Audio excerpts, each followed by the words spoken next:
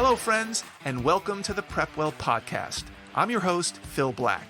And if you have an 8th, 9th, or 10th grader with big aspirations, like the Ivy League, or military service academies like West Point, ROTC, or athletic scholarships, boom, you've come to the right place.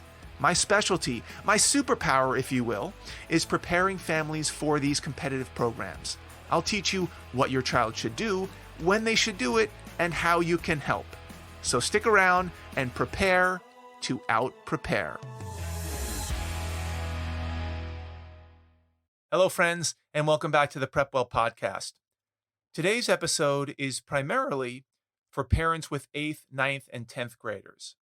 And what I'd like to talk about is how quickly life is going to move and change if you're not paying attention. And this goes for parents and students. My goal today is to focus on parents. What do I mean by that?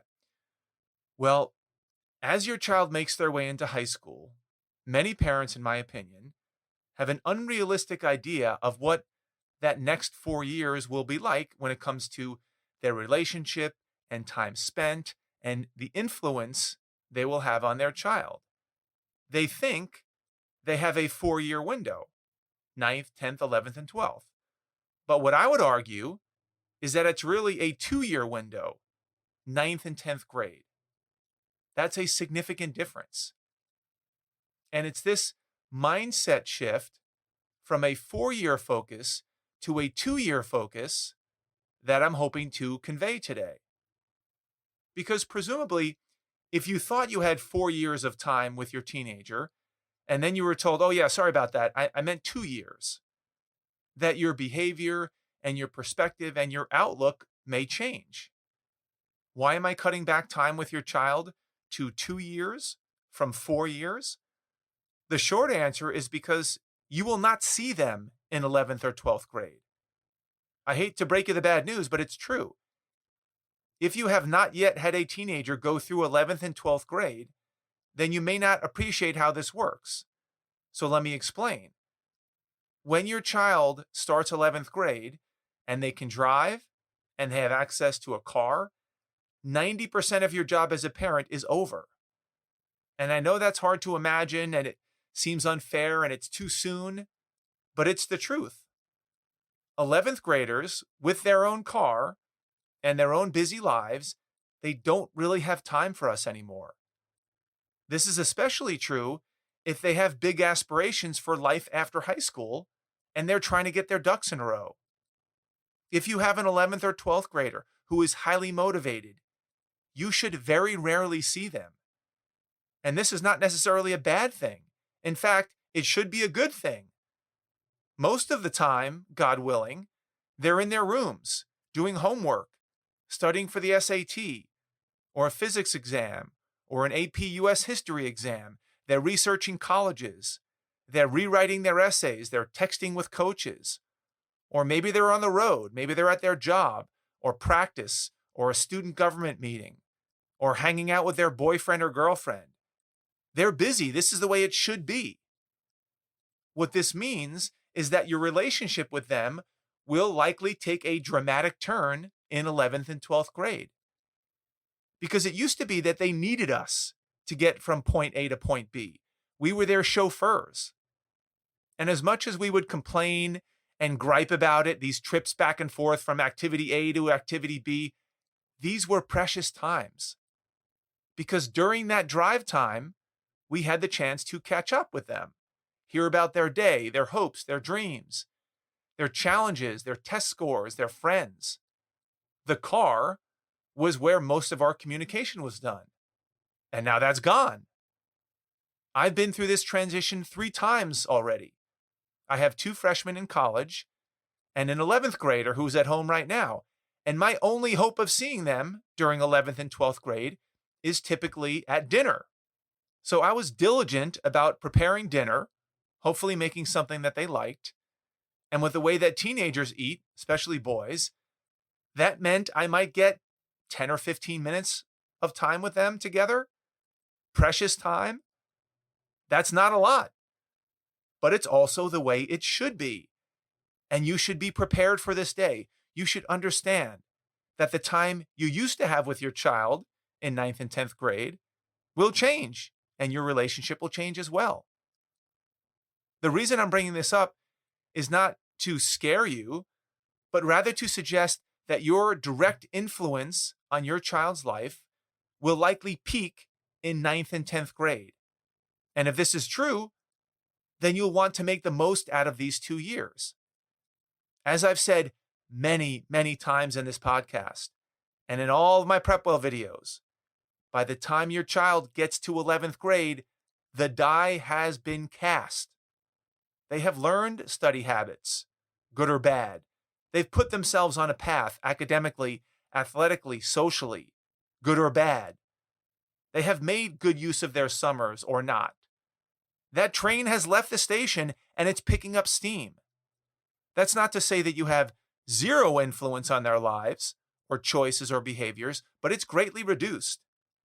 After all, how much influence can you really have when you only get a passing glimpse of them running in and out of the house? And I know I sound like a broken record when I say this, but it bears repeating. Ninth and 10th grades are the most consequential years you will have with your child, especially when it comes to preparing them for college admissions. They have no choice but to at least fake like they're listening to you, because they still have to rely on you to drive them all over the place and to pay for stuff, which makes you valuable to them. You must take advantage of this dynamic. Milk it for all it's worth, because soon it will be gone. So how do we take advantage of this? Well, I know this sounds self-serving, but one way to take advantage of what I call the golden years, 9th and 10th grade, is to make sure that your child is being presented critical information about how to live their lives if they want to be successful in the college admissions process. How to think about academics and sports and study habits and summers and extracurricular activities and relationships and class selection. And I understand that many kids, especially boys, are not particularly interested in this topic this early because, of course, they already know everything. But in my opinion, it's our responsibility as parents to figure out a way to get this information to them so we can sleep well at night, knowing that we at least gave it a try. One way to do this is to enroll them in PrepWell Academy, where I walk them through this process in short videos every week starting in 9th grade. In an ideal world, students, your children, will listen to these lessons on their own without a lot of badgering because they understand that there's a lot to learn and that it will help them. More commonly, it will take some convincing, some cajoling from you, if you will, for them to engage with the content. Obviously, there are plenty of things your child can do for immediate gratification these days. And discussing college admissions, which is 2 or 3 years away, is probably not top on their list. But remember, if this doesn't happen before 11th grade, it's probably not going to happen. Or if it does happen, it might come in the form of panic and regret when they finally figure out that they're way behind the 8 ball. The impetus behind this episode came from an email that I received from the parent of a PrepWeller who wanted to cancel her subscription. She had enrolled her son in PrepWell Academy as a 9th grader, and 6 months later, she's writing me to cancel the membership. This doesn't happen very often, so I pay close attention when it does. And I think her email is a cautionary tale about where, as parents and students, we should focus our energy, our time, and our money. Her email said the following: Dear Phil, I'm writing to cancel our subscription to PrepWell Academy. I appreciate all of the great advice, but my son is just too swamped to handle the information. He has a heavy freshman course load. He's involved in 4 clubs, playing on 2 club lacrosse teams, and getting tutoring from Revolution Prep. Keep up the great work with your other students. Now, when I see this, I like some, maybe even a lot of what I'm reading. I like the participation in clubs and lacrosse and tutoring, and I appreciate all the time and energy that those things take. What doesn't add up to me is how time seems to be the sticky point.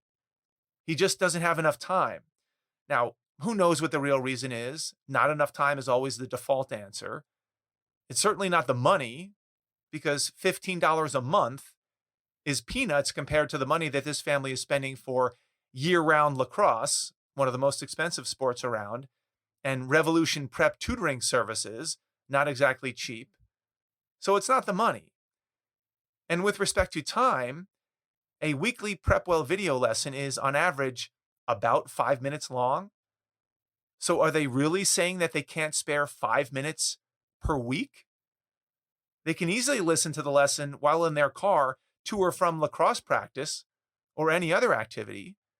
So in essence, the mom, is telling me that she and or her son can't find 5 minutes per week to educate themselves on the college admissions process.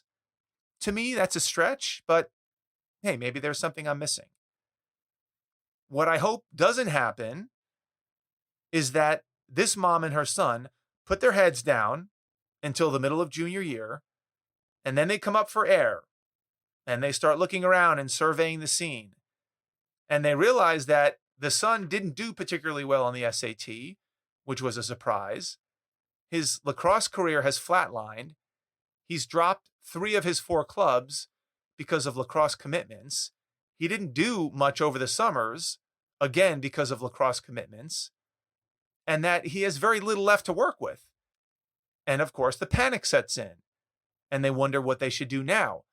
Well, the answer is that they should have spent the 5 minutes a week for the last 2 years at an absolute minimum, educating themselves about the many pitfalls that they will likely encounter and how to deal with them. But unfortunately, they couldn't spare the 5 minutes a week because they were just so busy. And even worse, and in keeping with today's theme, the son, who is now an 11th grader, is now off on his own, and his mom never sees him anymore. So her window of influence is now closed. So one of the morals of the story is be careful about what you're focusing on and when you're focusing on it and what excuses you're making along the way. Because a ton of effort in the wrong direction will not always end well. And also remember, don't think that life and your relationship with your child will be the same throughout high school. It will not be. You will have a 2-year open window early, 9th and 10th grade, and a 2-year blackout period late in 11th and 12th grade. So you want to do your best work early and often. And PrepWell Academy's mission is to make that job a little bit easier for you. Once again, all things point back to those golden years, 9th and 10th grade. This is when we as parents make our money. This is when many of these issues should be considered and decisions should be made. And you won't know what these issues are and what these decisions are if you're not educating yourself. If you wait until junior or senior year, it's often too late. And that's why PrepWell Academy starts in 9th grade and puts such heavy emphasis on learning about these decision points when it really matters most. That's all I've got for you today, folks. Thank you for the continued support. Thank you for tuning in. If you know a parent with an 8th, 9th, 10th, 11th grader in high school that might find this helpful, please share the episode with them. You can do that by finding that small box with a tiny arrow pointing up. That's the share button. Click that button. Text your friends the link to this episode with a little personal note from you recommending that they give it a listen. If you have questions, comments, or an idea for an upcoming episode, please reach out to me by email, DM me on Instagram, check out our blog, Facebook, connect with me on LinkedIn. I would love to hear from you. Until next week, goodbye, good luck, and never stop preparing.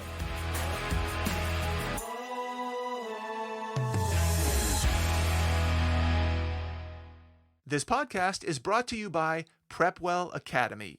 PrepWell Academy is my one-of-a-kind online mentoring program that delivers to your 9th or 10th grader a short, highly relevant video from me every week, every Sunday, in fact, where I give them a heads up about what they should be thinking about to stay ahead of the game.